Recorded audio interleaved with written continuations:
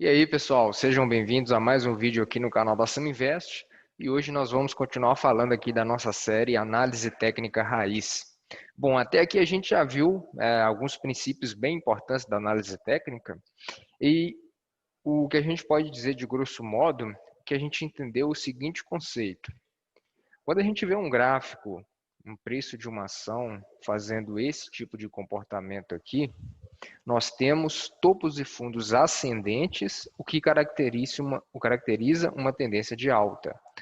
E quando nós temos essa movimentação aqui, essa estrutura, nós entendemos que isso aqui são topos e fundos descendentes, o que caracteriza uma tendência de baixa. Beleza? Então aqui a gente tem compradores dominando e aqui nós temos vendedores dominando. Bom, vão haver momentos em que a gente não vai ver nem essa estrutura e nem essa estrutura. E é aí que entra o tema do nosso vídeo de hoje, as consolidações, né? As consolidações nada mais são que um momento de pausa ali na tendência, que ela pode ser ou de uma acumulação dos grandes players, ou ela pode ser uma distribuição. Como assim, Wellio? Você falou grego agora. Bom, entenda uma coisa, pessoal. Se eu sou um grande player, tá? Eu sou um grande player institucional. E aí, eu tenho a seguinte tarefa. Eu estou aqui nesse cenário, aqui, tá? E eu tenho uma tarefa muito importante aqui a fazer, como um player institucional. Eu tenho uma carteira de ações e eu tenho que me desfazer de uma posição muito grande. Sei lá, 100 milhões de ações. Eu tenho que me desfazer dessa posição. O que vai acontecer se eu, como um grande player institucional, tentar vender todas essas ações de uma única vez? Né? Eu chego aqui no meu home broker, aperto lá vender a mercado, coloco 100 milhões e vender a mercado, o que vai acontecer?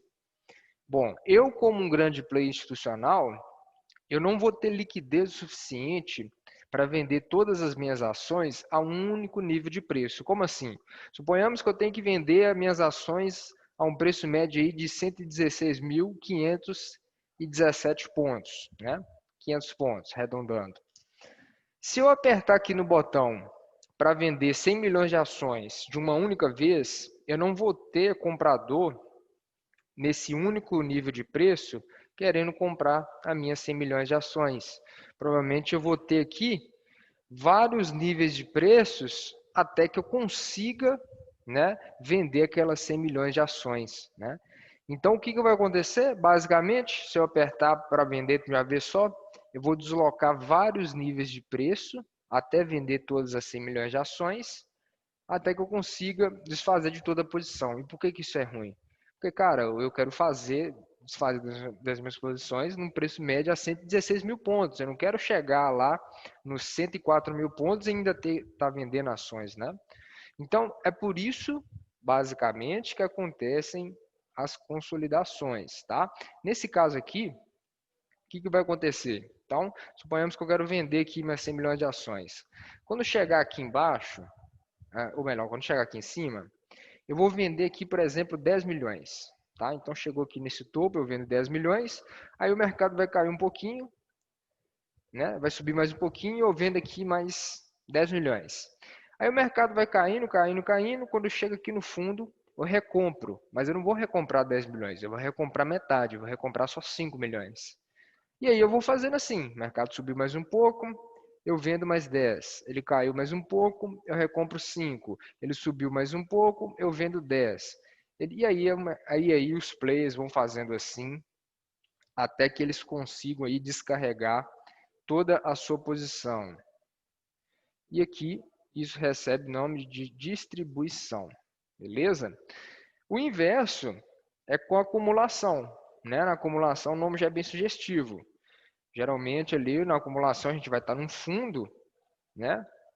Por exemplo, aqui, ó, nesse patamar aqui, foi uma acumulação dos grandes players, né? Por quê? Mesmo exemplo, eu quero comprar agora, eu quero comprar 100 milhões de ações, mas eu não vou ter liquidez suficiente para comprar essas 100 milhões de ações a um único nível de preço, a 72.800 pontos, por exemplo. Então eu vou achar aqui essas 100 milhões de ações em nível de preços diferentes. Então o que eu vou fazer aqui? Eu vou ficar comprando aqui aos poucos. Então chegou aqui no fundo, eu compro aqui 50 milhões. Estou dando só um exemplo aleatório, tá, pessoal? Os números não são precisos. Aí chegou ali no topo, o que eu faço? Eu vendo aqui 20. Aí caiu mais um pouco, eu compro 30. Aí chegou mais no topo aqui, eu vendo 10. Aí caiu mais um pouco, eu recompro aqui mais 30. Enfim, aí eu vou fazendo esse processo de acumulação, beleza? Acumulando aqui, acumulando aqui os papéis que eu quero, beleza? Bom, então basicamente é por isso que acontecem consolidações, tá? Basicamente, ou os players eles estão querendo acumular, ou eles estão querendo descarregar posições, tá? E aí a gente vai ver isso frequentemente nos gráficos. Bom, agora existem alguns tipos de consolidações que a gente vai observar. E a que a gente vai falar aqui hoje são os triângulos, tá? Os triângulos são um tipo de consolidação das mais comuns que a gente vai observar no mercado.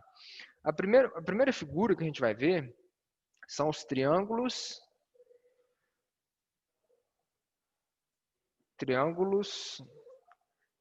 simétricos, tá? Os triângulos simétricos, pessoal, eles têm uma característica muito que a gente tem que treinar um pouco os olhos no começo, vai confundir um pouco, é verdade, mas se treinar os olhos direitinho, a gente vai conseguir identificar certinho, beleza? Como que funcionam os triângulos simétricos? Nós vamos ter topos mais baixos e fundos mais altos, beleza? Então essas são as características dos triângulos simétricos, tá? Como eu falei, é um momento de consolidação. Então não adianta a gente procurar triângulo simétrico no mercado que está assim, né? Nesse período aqui. Aqui o mercado está plenamente em tendência. Aqui a gente tem uma tendência de baixa, aqui a gente já começa a observar. Porque se a gente juntar esse fundo aqui, ó, esses fundos aqui, e esses topos aqui, a gente tem aqui um triângulo simétrico, beleza? Então isso aqui, essa figura aqui que vocês estão vendo na tela, é uma figura que é conhecida como triângulo simétrico. Pessoal, triângulo simétrico, uma característica importante aqui que a gente tem que falar sobre ela, é uma figura de continuação de tendência. Como assim? Já explico. Bom, se a gente pegar aqui o contexto geral desse gráfico, qual que é a tendência que a gente vinha observando antes de fazer essa figura aqui? Não era um movimento de alta, não era o mercado que estava trabalhando numa tendência de alta? Né? Olha só, esse movimento aqui, e aí a gente faz essa consolidação aqui. Então é isso que significa continuação. Após a gente ver essa figura, geralmente o que vai acontecer depois é a continuidade do movimento prévio. Então o movimento prévio aqui era de alta, a gente trabalhava no mercado que vinha numa tendência de alta. Então o triângulo simétrico ele vai servir como uma figura de continuação da tendência, tá? Então o mais provável aqui mesmo é que ele rompesse para cima quando de fato ele rompeu. E como que a gente trabalha aí o triângulo simétrico? Primeiro, trabalhando os alvos. Como que a gente trabalha o alvo do triângulo simétrico? A gente vai pegar toda essa amplitude aqui, ó, a base aqui do triângulo, e medir a partir do rompimento, no caso a partir daqui. Então aqui, ó, foi o alvo dessa figura. Cumprido, né? Após ele chegar ao alvo, até fez uma pequena correção, e depois o mercado continuou a sua tendência de alta, beleza? Então essa é a figura triângulo simétrico. Como que a gente opera essa figura? Existem aqui algumas possibilidades da gente estar operando aqui. A entrada 1 seria aqui o rompimento. Ó. Então, após o rompimento, o que é o rompimento? É um fechamento acima aqui dessa linha de tendência de baixa que o triângulo faz. Ó. Então, entrada 1. Eu trabalho geralmente aqui com essas duas possibilidades. Entrada 1, que seria após o rompimento. Então, após romper, fechou acima ali da figura do triângulo, você coloca uma ordem de compra aqui, acima da máxima do candle, né, que rompeu a figura. É o tipo de entrada que eu não gosto, tá? Porque geralmente a gente vai ter um stop muito longo, né? O stop técnico aqui é aqui embaixo, né? É bem longo o stop. E tem a entrada 2, que seria o pullback, né? O pullback é a volta até a figura aqui, ó. No caso que ele não aconteceu. O Thomas Bukowski, ele fez estudos estatísticos em cima de figuras e estatisticamente os triângulos eles têm cerca de 70% de pullback, né? 70% de chance de fazer um pullback. E não foi o caso aqui, né? Se a gente estivesse esperando o pullback, ele não aconteceu e o mercado continuou. Paciência, faz parte, tá? Vamos ver se a gente acha aqui algum exemplo que tenha acontecido um pullback. Ó, achei, ó. Por exemplo, aqui, ó. Então aqui a gente tinha um mercado que estava trabalhando em tendência, né? A gente consegue juntar essas linhas aqui e a gente vê um mercado aqui cumprindo uma tendência de alta. Em dado momento, essa tendência, ela fez isso aqui, topos mais baixos e fundos mais altos. Pronto, aqui a gente teve a figura do triângulo simétrico, tá? E aí rompeu para onde? Para cima, né? Dando continuidade ao movimento prévio. E aí como que a gente opera? Entrada 1, que seria o rompimento aqui, né? Então, ó, só para a gente retratar aqui, ó. Isso aqui não é rompimento não, tá, galera? Isso aqui é uma sombra inferior que foi rejeitada. Rompimento é isso aqui, ó, esse candle aqui quando fecha fora, né, da consolidação. Então eu não compraria aqui, porque o nosso stop aqui ficaria caro, né? Ó, o stop seria aqui. Eu esperaria aqui o pullback, e aqui sim a gente fez o pullback, voltando aqui até a figura do triângulo. E aqui a gente teve um candle de reversão, né? Esse candle branquinho aqui. Esse candle branquinho aqui foi um candle de reversão. E aqui o stop é muito mais em conta, né? A gente poderia ter colocado o stop aqui abaixo dessa mínima aqui, né? Então, só um comparativo. Aqui, ó, essa amplitude aqui é se você tivesse comprado o rompimento, né? Operado pelo rompimento.